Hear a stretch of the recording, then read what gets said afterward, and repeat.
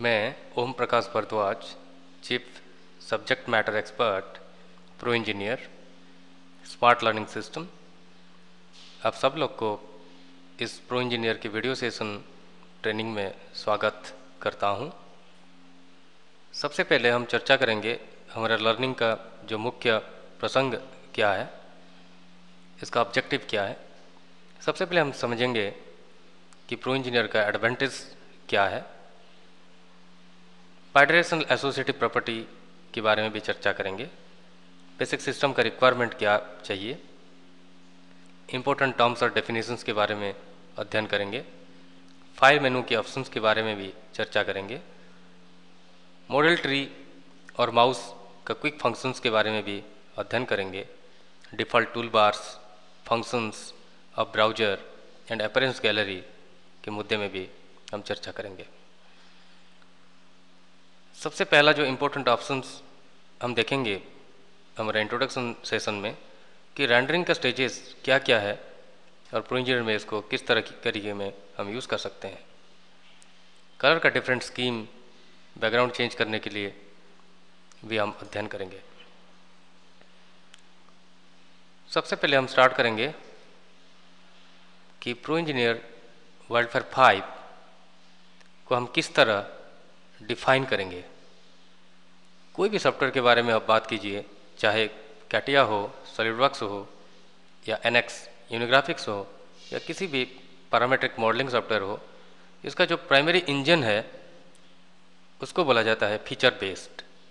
Feature based का मतलब क्या है कि बिल्डिंग के दौरान, मॉडलिंग के दौरान आप सबसे पहला जो ब्लॉक लेते हैं इसको फीचर बेस्ड बोला जाता है। जैसे कि कोई भी मशीन आप तैयार करने को चाहते हैं तो डायरेक्टली आप मशीन तैयार कर नहीं सकते हैं।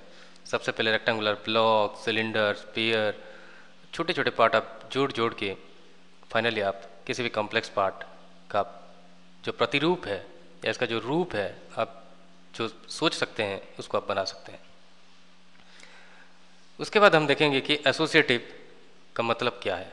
एसोसिएटिव का मतलब चाहे आप पार्ट डिज़ाइन में हो या शीट मेटल या असेंबली या ड्राफ्टिंग, ये जितने भी मॉड्यूल है ये एक दूसरे के साथ जुड़े हुए हैं। इसका मतलब ये है कि पार्ट में आप कोई भी चेंजेस करते हैं तो इंस्टेंटली इसका जो भी चेंजेस आप देख सकते हैं पार्ट में, वही चेंजेस आपका ड्राफ्टिंग में भी इंस्टेंटली अपडेट हो जाता है। इसी तरीके में चाहे आपका पार्ट असेंबली में यूज हुई है या शीट मेटल में या किसी भी मॉड्यूल में, इंस्टेंटेनियसली आप किसी भी मॉड्यूल में चेंज करते हैं तो इसका डाउनस्ट्रीम एप्लीकेशन को ये रिफ्लेक्ट करेगा। इस तरह के वाइस वर्सा है। आप ड्राफ्टिंग में भी जब चेंज करते हैं वो चेंज आप पार्ट या असेंबली या शीट मेटल या और कोई भी मॉड्यूल लाइक मोल्ड या हायर एंड मॉड्यूल में भी अप्लाई कर सकते हैं। आपका फीचर को आप डायनेमिकली एडिट कर सकते हैं। कोई भी चेंजेस आप करना चाहते हैं तो डायनेमिकली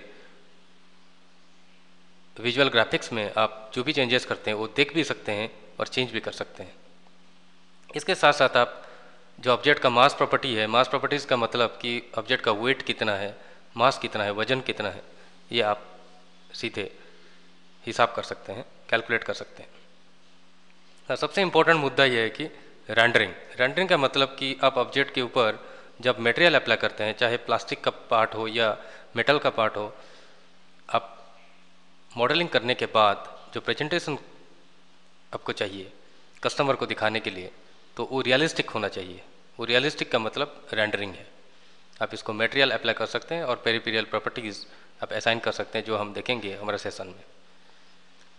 तो जितने भी पॉइंट हम डिस्कस किए थे, कोई भी कॉम्प्लेक्स डिज़ाइन को हायर एक्यूरेसी के साथ बनाने का जो तरीका है वो प्रो इंजीनियर वाइल्डफायर है। अभी हम चर्चा करेंगे कि फीचर बेस्ड नेचर क्या होता है। जैसे मैंने डिस्कस किया था कि स्मॉलेस्ट बिल्डिंग ब्लॉक, जैसे कोई भी मशीन का पार्ट आपको क्रिएट करना है तो छोटे छोटे टुकड़े ज्वाइन करते आप पहुंच सकते हैं आपका अंत या अल्टीमेट जो कंपोनेंट आप चाहते हैं। तो डायरेक्टली आप कोई भी कॉम्प्लेक्स पार्ट सीधा बना नहीं सकते हैं। इसलिए जो फीचर बेस्ड अप्रोच है, इसमें सबसे पहला जो छोटे छोटे पार्ट और टुकड़े में आप बनाने के बाद फाइनली आप पहुँच सकते हैं कोई भी कॉम्प्लेक्स कंपोनेंट के अंत तक। आप यहीं पर देख सकते हैं कि लेफ्ट साइड फिगर में आप देख सकते हैं कि काउंटर बोर होल है, 6 नंबर्स है, इसका डायमीटर यहीं पर कुछ है। वो चेंज करने के बाद देखिए आपका सिंपल स्ट्रेट होल है राइट साइड में और नंबर्स 8 है और डायमीटर भी चेंज हुई है। ये जो सिनारियो को आप बोलते हैं कि पैरामीट्रिक एसोसिएशन और फीचर बेस्ड मॉडलिंग अप्रोच। जो भी चेंजेस आपने पार्ट में किया है आप देख सकते हैं कि इसका सेक्शन यहीं पर कटा हुआ है। आप यहीं पर भी देख सकते हैं कि काउंटर बोर होल था और इसको जब हमने चेंज किया सिंपल स्ट्रेट होल, यहीं पर सेक्शन के थ्रू में आप देख सकते हैं कि यहीं पर भी वही चेंज रिफ्लेक्ट हो गया है।